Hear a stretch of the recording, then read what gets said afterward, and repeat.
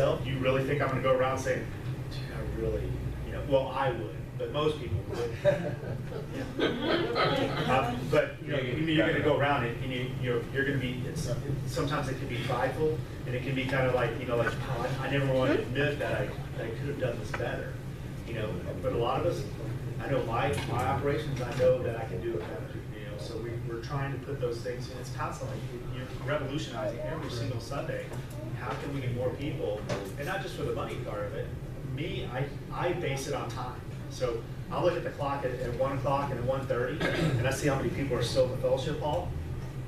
When 4 years ago, there were 0. As soon as church let out, they were gone. Now we have hundreds of people sitting in there. So when I go to my boss and the XP, and we're sitting there, we're going, "This is beautiful." I mean, you're like it's the and we're not only feeding, we're feeding people, but then now we also have people that are actually getting to know one another, and it's just like, and I'm that guy on Sundays. I don't put myself in any. I'm ready for any situation at any time, and I'm that guy that connects people. So you have to have that connection part of it. And if that's not the purpose behind your cafe, if you're just there to pour coffee and cha-ching and put stuff in the cash register, we have to make profit sometimes. And that's another determining factor. Do we have to make profit? Some churches are just like, we've been giving it away for 30 years.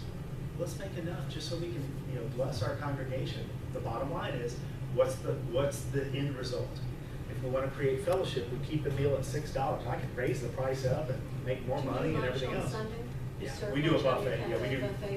Yeah, we do a buffet. We don't do it out of cafe though. We do buffet style. So we move everything to our grand commons. So I'm in that phase right now. So I'm at the right now, ventilation, plumbing, everything I'm putting everything together before I submit it to the elders. So I have $600,000, $700,000 to build this new cafe and bookstore and everything else, and widen my banquet area. There's a lot of details, but we're going through every single step together to make sure that we're doing it right. But it all goes back to that 0 fellowship. That's where it started, and now there's hundreds of people out there meeting one another. And hey, hey, so and so's a doctor. Have you met that doctor?